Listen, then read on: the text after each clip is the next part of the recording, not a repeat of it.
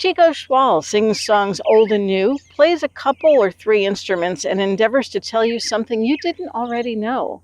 Originally a Midwesterner, he currently resides in Oregon, where he curates a concert series called Chico Schwall's American Roots and teaches anything with strings. He believes there is enough to go around, and we can figure out how to make things better, that history matters and our hearts can heal. Well, it's great to be back at the Tumbleweed Festival. I haven't been here since 2015 when I was here with the Low Tide Drifters, but I still remember some of the fine music I heard, nice people I met, and it's great to be here again, even though it's remote. Just remember, if we all take care of each other and take care of ourselves, we'll be back to having gatherings again soon. Of course, that'll mean having family gatherings. And when you get together with your family at the holidays and you talk about universal health care, like I know you do, somebody's going to mention, well, how are we going to pay for it? When really, everybody knows we're already paying for it now. We pay twice as much as any other developed country per person. And we still have this less than satisfactory situation. So when they ask you, how are we going to pay for it? You can just come back with this little song. Feel free to join in on the chorus. Well, I went to the doctor the other day, and we're already paying it now. Had to carry money for the damn copay, and we're already paying it now. Well, I thought my insurance would cover the rest, but the lady said, I wouldn't want to make a bet, 'cause you haven't made your deductible yet, and we're already paying it now. Healthy life is a human right, we're already paying it now. But if it's all about money, then money is might, and we're already paying it now. You ain't got the right if you can't get the care. And if you ain't got a plan, you ain't got a prayer. And Congress is getting single payer. Already paying it now. Oh, we're already paying it now. We're already paying it now. For the cop and the teacher and the maid in USA, we're already paying it now. If you can't afford preventive care, we're already paying it now. The emergency room is always there, we're already paying it now. Where an ounce of prevention costs a pound of cure, and if you can't pay it, you can walk away, sure, and it falls on the next guy coming in the door. We're already paying it now. Oh, we're already paying it now. We're already paying it now. For the cop and the teacher and the maid in USA, we're already paying it now. Well, I don't mind sharing the burden, we're already paying it now. 'Cause I'm not happy if my neighbor is hurting, and we're already paying it now. But we pay when we're taxed, and we pay when we buy. We pay for letting the cost go so damn high. We pay too much and still people die, when we're already paying it now. Whoa, we're already paying it now.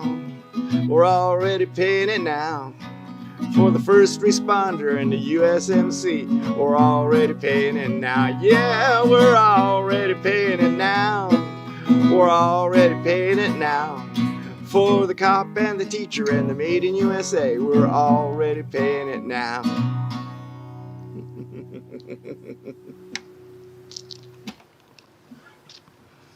Well, thank you. This next song, I actually wrote as an exercise. I wanted to give myself a writing assignment and see if I could write an actual murder ballad. And a murder ballad has to have certain elements. You got to play by the rules. It's got to be long, and it's got to be pretty violent, and it's got to be true.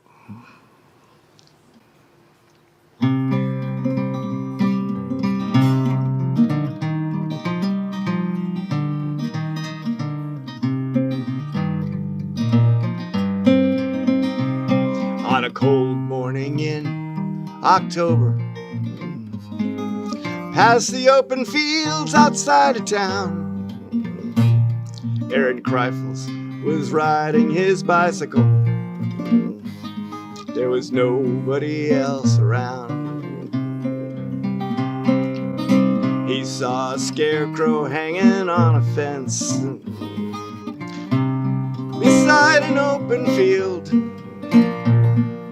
still and silent in the morning light. Didn't even slow his wheels. No, it wasn't till he got closer that he began to understand. It wasn't a scarecrow hanging on that fence. Oh my God, it's a man. There's a lot of open space in Wyoming, 1,000 stories underneath the sky. And Laramie's a town like any other.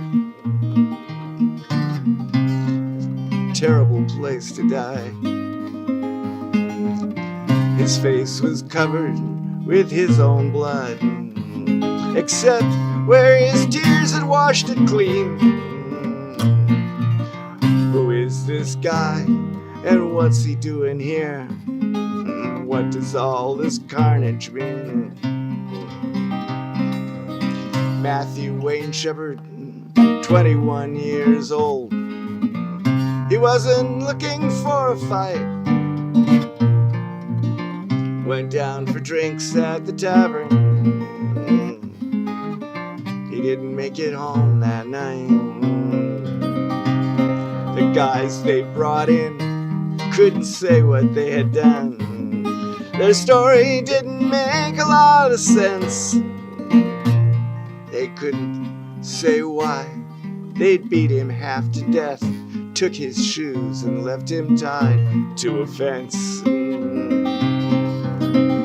There's a lot of open space in Wyoming, 1,000 stories underneath the sky. And Laramie's a town like any other. Terrible place to die. He lay 5 days in the hospital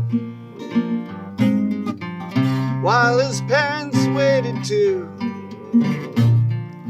But they'd done so much damage, there was nothing the doctors and the nurses could do. Now maybe he didn't think that night, before he got in their car, that someone would kill you not for anything you'd done, just because of who you are.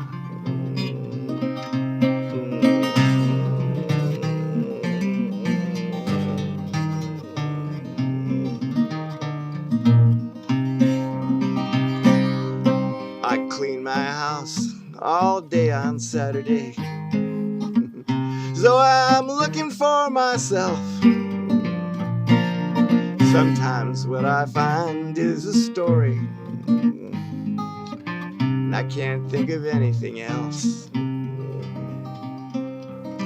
October 6th, 1998, and this story will not end